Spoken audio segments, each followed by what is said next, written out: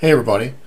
So a while back on January 6th, 2012, I came out with this video here. It's called "For All Those Who Play Into the Illusion of Our Voting System."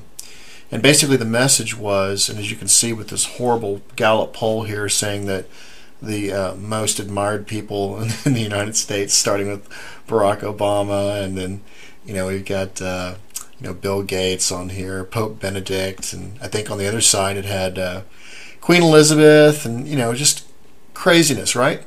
So some of you folks came back and said that who trusts Gallup polls? Well, look, okay, the point was to give you an idea and make you understand that your votes do not count, okay? Your votes don't count, and the message was to say, if you're going to play into a broken system, because for example, you don't put gas in a car with an engine that doesn't run, right? Well, same thing for a broken system. Why would you vote in it? But if you're going to vote in it, then the message is that make sure that you stay on top of it, because there's going to be all kinds of craziness going on. So basically, we all know that some funny stuff happened in Iowa, right? And thankfully, some people were on top of it. It appears they tried to give, I believe, Romney, they tried to give him 22 votes instead of 2 or something crazy like that. I can't remember the specifics, but there's already stuff going on. And so if you could imagine the subtleties of how they could just keep doing that kind of thing over and over again. Well, I'm going to show you something here tonight that's pretty scary, and then I'm going to back it up with some stuff that I think looks a little bit corrupt, and because I did a little bit of digging myself. So listen to what she has to say first. Vote fraud may happen with an open system that we can see, but then we can see it, or it may happen with a concealed system we can't see that's controlled by a corporation. But what we have to have is a structure so that we can see what's going on, because if we can see it, that will ultimately help prevent vote fraud or catch it or expose it. So what's going on now, it's unbelievably dangerous to the whole democratic structure. In fact, it removes the democratic structure. What we have is already we have one company which is in charge of results reporting for it. I wrote in my article over 525 United States jurisdictions this fall. It's actually going to be over 900 jurisdictions in 26 states. Instead of, you'll go to your county website and you'll look at that and it'll say, oh, here's the results. Well, not really. In over 900 counties, when you go to your county website, you're actually looking at a redirected site out of Tampa, Florida. And so all the results for 26 states and 900 locations are actually going to Tampa, Florida before they're reported. And then we add to that. That firm that reports the results is then purchased by another firm out of Spain. And that firm out of Spain also produces the voting system. Now there you get, and by the way, the type of voting that firm is, which is called SCYTL, S-C-Y-T-L, the type of voting that it's promoting is the worst kind of voting. It's internet voting. And the reason it's the worst is because the public can't see who cast the votes into that internet system. Okay, so what I decided to do was, since it's a software system, and since I know a lot about software, I decided to do a little bit of digging, and I decided to follow the money a little bit here and see what's exactly going on. So the reason she says all your votes in all these different places will consolidate into Florida is because this company right here, SOE Software, which also does election management or voting management, they were bought out by that company ccher, okay, which is this company right here. And so ccher basically allows people to do, and they're actually promoting internet voting. And so what it says up here at the top here is it says electronic voting is regarded by many governments as the next natural step in the evolution of the electoral process because of the potential to increase voter turnout rates. But see, voter turnout rates doesn't matter if they're not accurate. And here's the reason why it's not transparent. It's not transparent because the only person that can manage the data is somebody that is familiar with knowing how to use a database.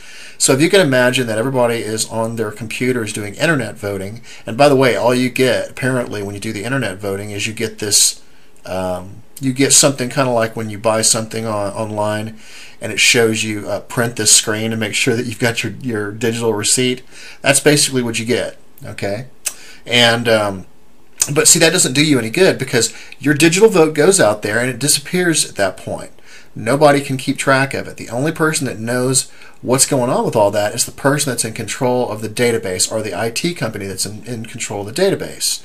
So that can be done at a, they have several different levels that you can do it at. But the danger with that is that that data could be skewed, even though they say they have security in place and all that kind of stuff. I can tell you this: I've done a lot of work with companies, very large companies, doing database management and stuff like that, and I can tell you this: databases get corrupt in some places sometimes, and it's always easy to say that it's an accident. Okay, all kinds of things can happen, and the problem with that is that it's very easy to skew the data. It just simply is. And so now here's the real problem. SOE was doing the they were doing the reporting, but see, now the reporting is going to be owned by citer, and citer is based in Spain. Okay, so we have all of these jurisdictions. There was 525, I believe there's 900 now. All this data is going to be coming in, and citer is going to be owning it, and they're based in Spain. Well, guess what? I decided to look up citer, do a little bit of research on them. It turns out citer has had one investor. The name of the investor is Balderton Capital Management, and guess where they're based out of? UK. All right. So in 2010, Balderton Capital Management, when I read about Balderton Capital Management, they typically invest in the millions to start with. So they've got a pretty good invested interest in this company for whatever reason in 2010. And so then I decided to go ahead and take a look at Balder Management and see what it consisted of. Here's our leaders at Balderton Capital. Okay. So I went through each one of these guys' profiles, and so check this out. Tim joined Balderton as a general partner in 2007. He was previously a partner of Goldman Sachs, where he spent 18 years at Goldman. Tim held various roles, including global head equity capital markets and vice chairman of Goldman Sachs International from 2005 to 2006. This is starting to get a little bit corrupt sounding to you yet? So we've already got one partner here from Goldman Sachs that was a vice chairman of Goldman Sachs 2005 to 2006, and the only company that's invested in citer, which is doing election management, is Balderton Capital, based out of the UK, and one of the partners is now with Goldman Sachs. Now let's take a look at this. Mark Evans. Prior to becoming general partner at Balderton in 2002, Mark was the CEO of a U.S. software company and entrepreneur in residence at Benchmark Capital in Menlo Park before his EIR experience. Mark spent 15 years at Goldman Sachs in Europe, Asia, and the U.S. Okay, now folks, there's only 10 partners here. Tim Bunting, which it says partner right here, he's actually a general partner. Okay. And then we've got Mark Evans. So these two guys right here, these are both Goldman guys. Now listen to this right here. Charlotte. The top of her stuff is not that interesting, but check this out. Before Massive Charlotte, Ann spent a year as a part of a task force established by Prime Minister Tony Blair to drive delivery of the government's key objectives. Okay. So now we have 3 of the 10 here that have invested in the election management system that's going to be doing the reporting from Spain based on the United States elections. Okay, so I'm sorry, but this sounds extremely corrupt. We already know where Goldman Sachs' take is. We've got a previous experience at Tony Blair Task Force on Government Objectives. And by the way, if you take a look at these guys, Siddle, if you take a look at them, where are they here? They're here's where I can start seeing a pattern develop, because when I take a look at this company, and you can think of an internet voting process, right? And so they're going to manage the U.S.'s voting. Now, it may be done in Florida, but Siddle owns SOE now, so it's basically Siddle's reporting, and they're based out of Spain, and the only company that's invested in them is a company in UK, where all these people are from Goldman Sachs and have ties to Tony Blair. So what's interesting is if you take a look at these guys' news, okay, they're going to provide voting in Canada. They're going to provide, looks like they do stuff in all these other countries. So what I'm seeing is a pattern forming. So if you can imagine all these people doing internet voting, and it's all being controlled by Siddle because they're the leading guys, then where's your central control hub? It's from a company that's invested in Siddle, based out of the UK. Hope that's interesting to you guys, and I want you to realize that you've got to pay attention to what's going on with this voting system. I'm telling you, your vote does not count, and they're going to stick it to us if we're not careful.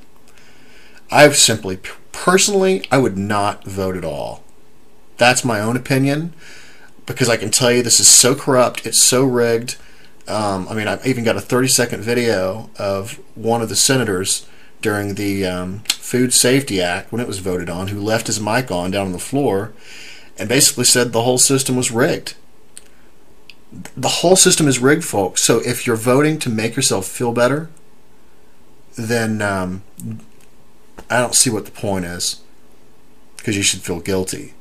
If you're going to play into the broken system like it is, then you must stay on top of it and make sure you have a way for it to be transparent, because although these guys say they're transparent, they're not, because I know how database systems work, I know how the internet works, and I'm telling you, once you cast your vote, it disappears at that point. You have to trust somebody to pull up these nice, pretty graphs for you for whatever data they skewed into the mix. I'm telling you, this is very dangerous. So I just want to give you all a heads up. Y'all take care. Talk to you soon.